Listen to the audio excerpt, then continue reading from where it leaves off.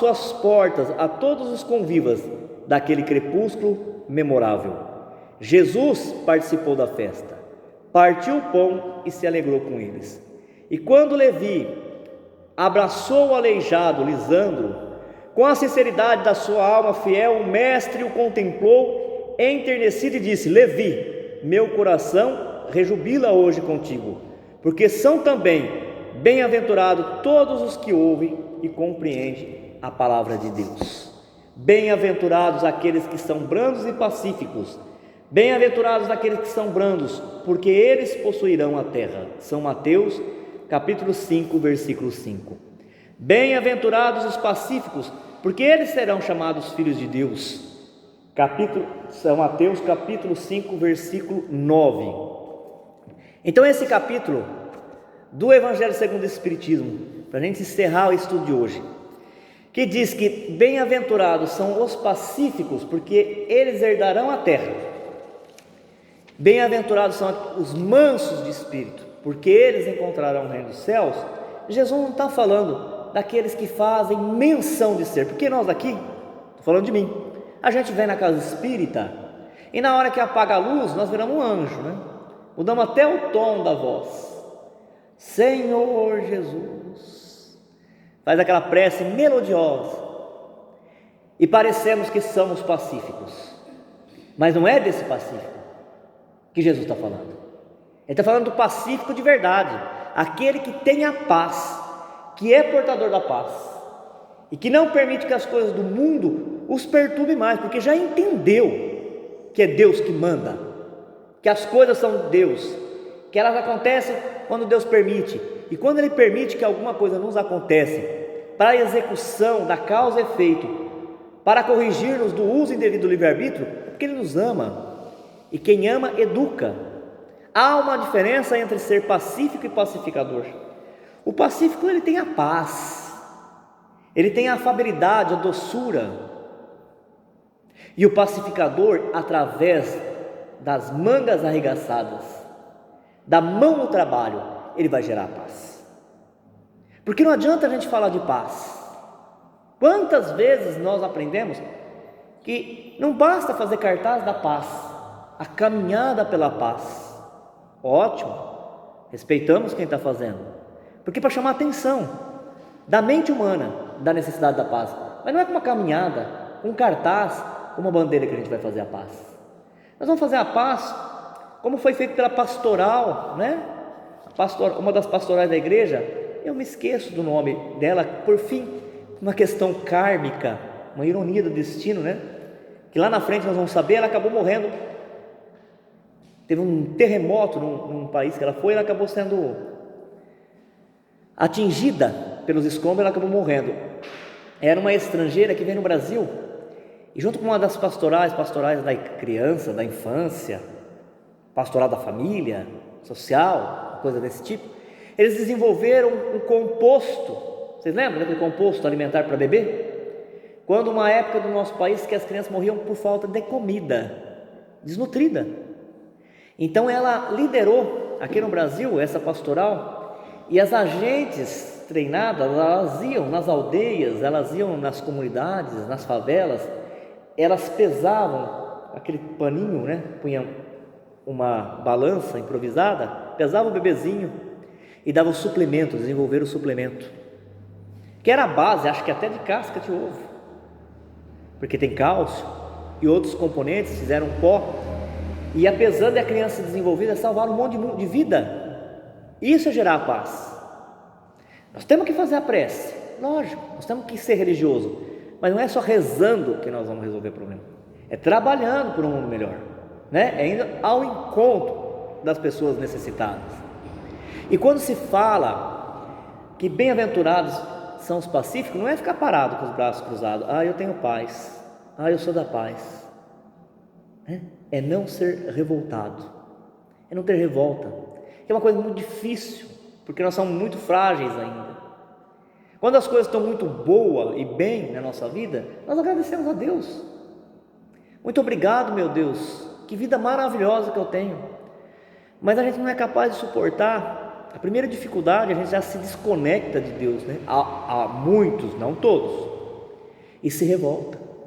Então, ser da paz, ter a paz, ser feliz ou bem-aventurado, aquele que tem a paz, aquele que é pacificador, aquele que é manso, é aquele que não se revolta.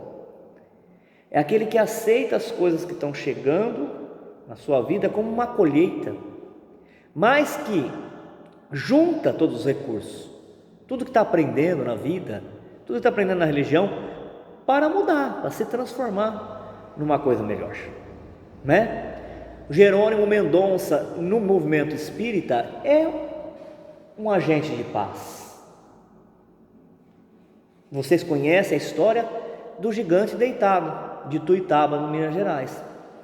Um homem que nasceu bem, de saúde, forte. Com 14 anos ele se olhava no espelho, tinha uma musculatura forte, ele falava: eu sou o Tarzan. E aí, quando ele foi crescendo, a idade foi passando, ele foi ficando doente, sentindo dores nas articulações, todas as articulações do corpo.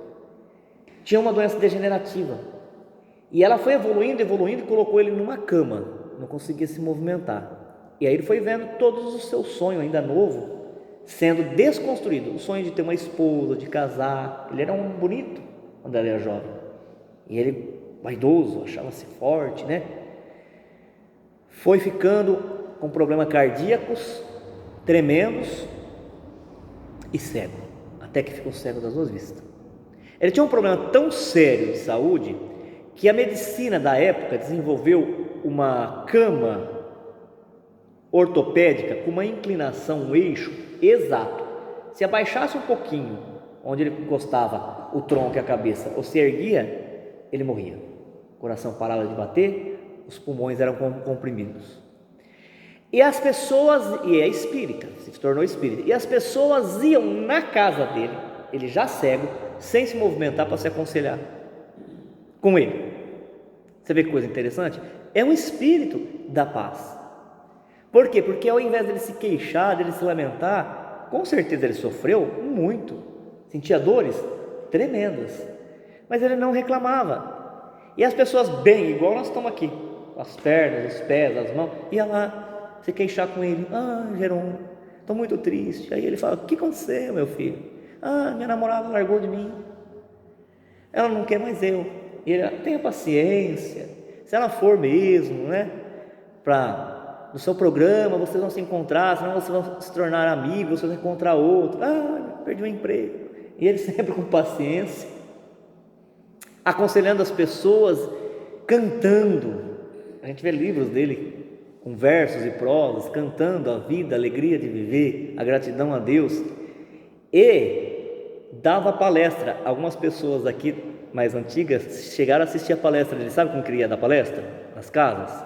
E às vezes a gente fala: não vou no centro não, está frio, está chuviscando. Eles punham ele, porque ele andava só em maca, punham ele dentro de uma Kombi, arrancaram os bancos da Kombi, colocaram ele dentro da Kombi, colocava ele dentro da Kombi e ia. A sorte dele, né, o merecimento, que ele teve muito bons amigos também. Punha ele na Kombi, e na hora que chegava no centro, o povo falava: esse homem vai dar palestra? É esse homem que vai dar palestra.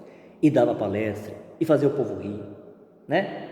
Porque era uma pessoa bem-humorada, que é uma característica do espírito nobre. Ele é bem-humorado, ele não é sisudo, ele é alegre.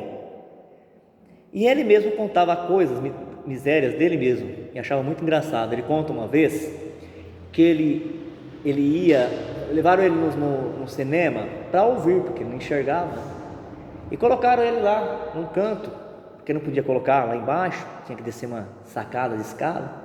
Aí veio uma mulher, uma moça, e tropeçou na maca dele. Aí ela disse assim: tá louco? Onde eu vou, esse cego também tá aleijado. Aí ele respondeu assim para ela: é porque a senhora não para em casa. Né? E ela deu risada, acabou dando risada e virou uma grande amiga dele. E um dia ele também conta que eles foram num velório. Essa é muito engraçada. E aí deixaram ele lá no canto e ficaram velando, o amigo e tudo. E na hora de ir embora, esqueceram ele lá. Esqueceram ele. Imagine a paciência. É o desenvolver da paciência. Aí disse que chegou um bêbado e falou: nossa, mas Nunca ninguém, é o que a gente fala hoje, né? Em um show a gente fala brincando, a gente fala assim, nunca ninguém morre sozinho, né? Você percebeu o carro de som?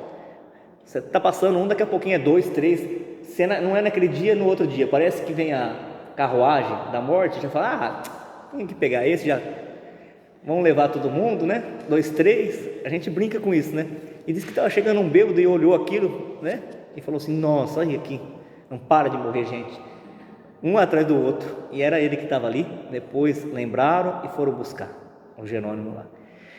Então esse é um homem da paz.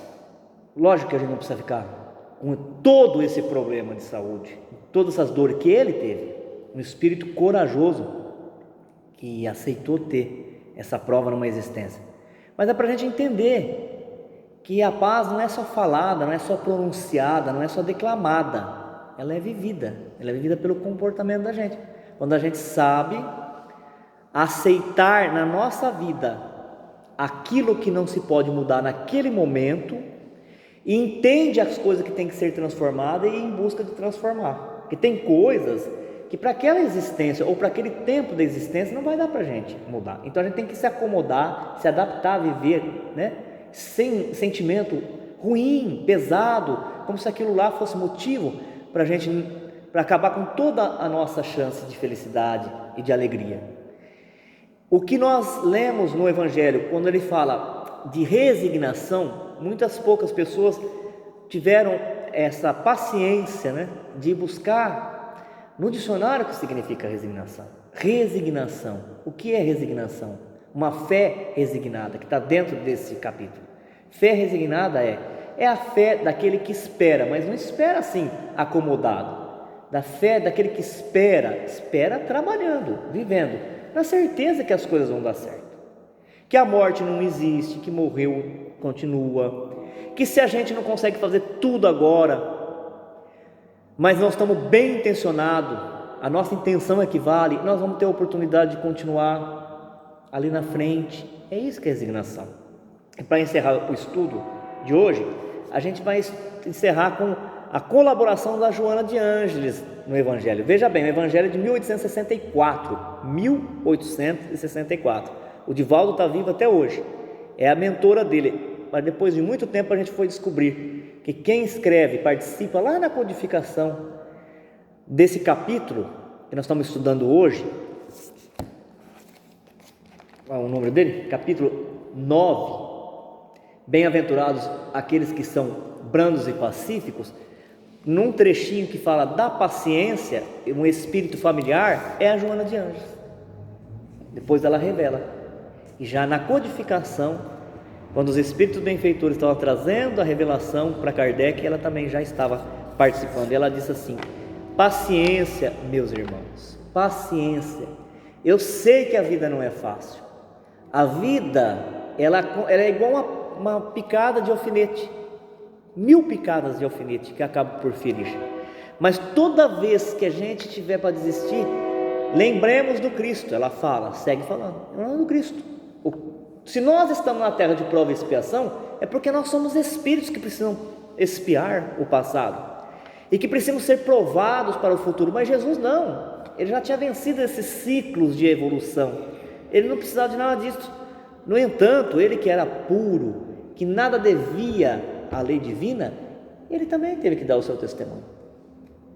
E quando a gente estuda como é o processo de crucificação, nem é bom descer muito aos detalhes, mas é uma das mortes mais terríveis que tem a crucificação. Por isso que ela usa essa comparação com a crucificação. A crucificação era a pena de morte da época deles. Só ia para a crucificação os ladrões, os bandidos que tinham cometido os crimes mais bárbaros, assim como nos Estados Unidos tem a cadeira elétrica, como na França antiga teve a guilhotina ou a forca.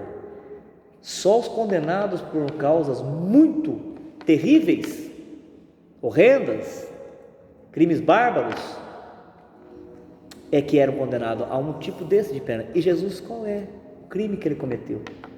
Nenhum, né? Ele desceu da sua habitação celestial. Um espírito da natureza de Jesus não tem um corpo perispiritual grosseiro mais, cheio de matéria, é uma coisa luz, porque nós não temos outra palavra para falar. Ele teve que reconstruir esse corpo perispiritual, adensar esse corpo perispiritual, encarnar-se, vestir um corpo de carne, de ossos, de músculo, de articulações, de glândulas, de intestino. Um anjo, o anjo dos anjos, tem um intestino, um estômago. Essa já foi a crucificação dele. E depois ainda ser colocado no madeiro, pregado, como um bandido, como uma pessoa de má vida, que ele nunca foi. E nunca ele desenhou. E ainda perdoou a todos aqueles que cometeram esse crime bárbaro contra ele. Este, então, é o ensinamento de ser pacífico. Felizes são aqueles que não se queixam, que não lamentam, que não se revoltam contra Deus, contra as suas leis, mesmo nos momentos mais graves da sua vida. Chora, pede ajuda da espiritualidade, pede ajuda de Deus, mas não se revolta.